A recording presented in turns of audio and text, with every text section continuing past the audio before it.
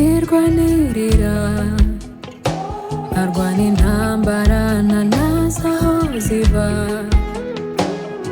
ndatsindwa intege zanjye zibiyanga. Iyo ngerageje kwigenga mpinduka ikigenge nkisenya, bigatuma nikura ntaho wansize.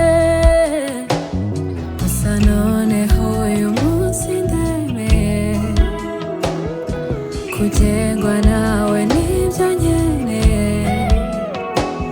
Reka ubwami bwawe muri njye buganze, ni mu buretwa buruhije cyane, ni mu bunyage ngwino unyure nawe, ngwino ntwara ungire igikoresho cyawe. Ndakomeretse inyuma n'imbere, birangiye nta na kimwe ndambiye. Ndabizi ko ukicaye ku ntebe y'imbabazi nyumva Mana.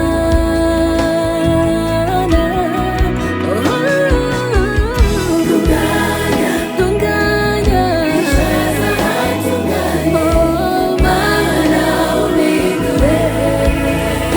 Ibande ibande ibande ku ntege nke zanjye zose, umwomeze. Ntunganya ishaza hatunganye, Mana umpindure. Ibande ibande ku ntege nke zanjye zose, umwomeze. Omesa omesa umpindure.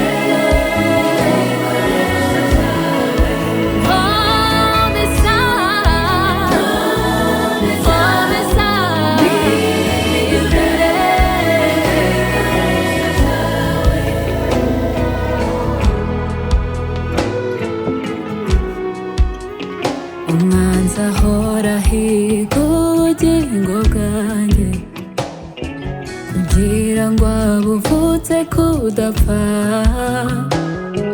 Ese koko sinkwiye kurama?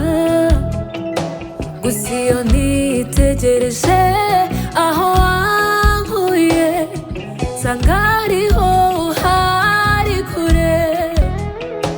Nizereye mu mwuzuro w'igihe, mu mwanya ukwiriye nzakubona. Icyo nzi cyo na jambo wavuze ngo rihere, nzakomeza ngusenge kandi ngume nkwize.